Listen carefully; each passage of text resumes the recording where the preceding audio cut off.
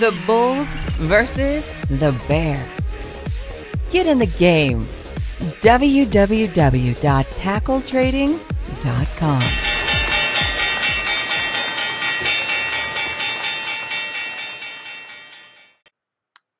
Hello, everybody. Noah Davidson here. I want to walk you through another trade adjustment. So here I've got a position on Apple. You'll notice is up $2,000. Just a plain old stock position. Nothing bad about owning the stock position. We quite like that. Got a beautiful gain. In looking at the chart of Apple, it's had a lovely breakout and it's losing some momentum. Now Apple can clearly go higher, but I sure do hate to give up that gain. Now, of course, we're faced with the choice of A, selling the stock, or B, taking an adjustment of some sorts. So I've got 100 shares of the stock, and kind of as I look at it, it is popping up, and the implied volatility is coming down. It's kind of mid-range, so the options, this should probably be an okay time to still pull off a covered call. One of the reasons I'm interested in taking the adjustment, let me kind of show you how I forecasted this out. Here's Apple daily chart, and technically speaking, when you get a breakout from a base like this, you can forecast it out. Now, the base, a simple way to forecast out a base, I'm going to show you two methods for forecasting using Fibonacci's. One, I'll use a Fibonacci extension, and I will measure the actual cup type base here itself.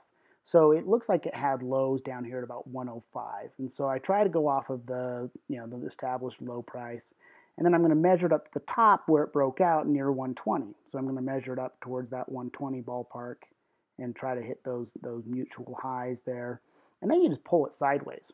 And by pulling it sideways, essentially, if you could pull it back down to the starting point as well, and you're essentially at 161.8% of the original size, or essentially you're saying I'm 61.8% above the breakout.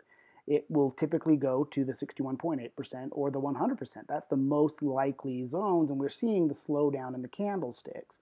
So I would like to, at a minimum, make sure I don't give up the return. So I could, of course, put in a trailing stop. Or one of the things I like to do is I tell you what, if this thing starts coming down, we own the stock here.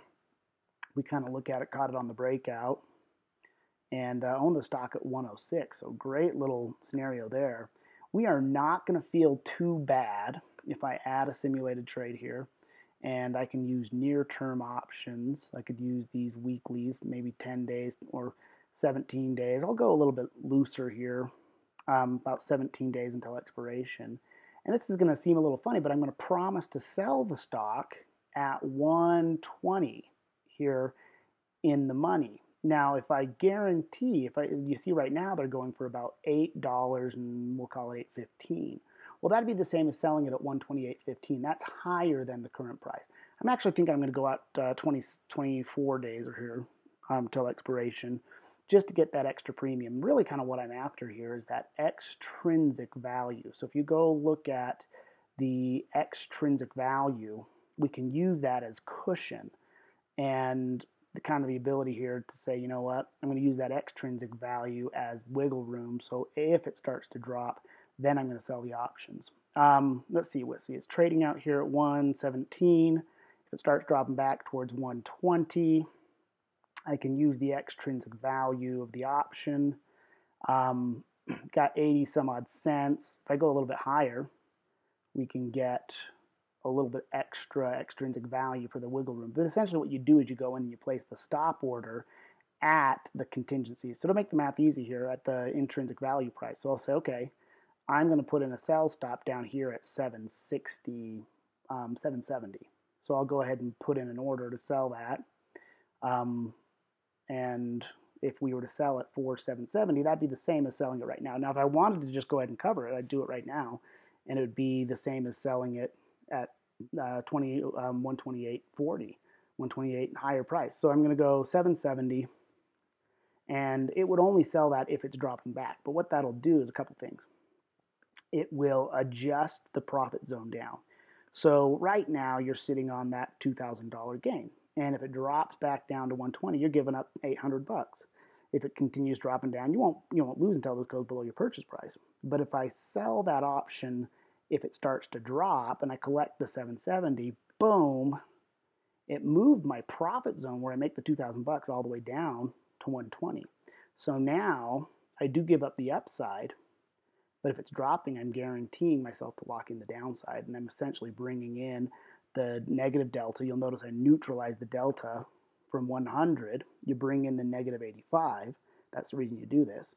And it's that delta is now neutralized, and you bring in your positive theta. So you're cash flowing it, and it completely neutralizes the trade. So if it stays above 120, you keep your initial gain.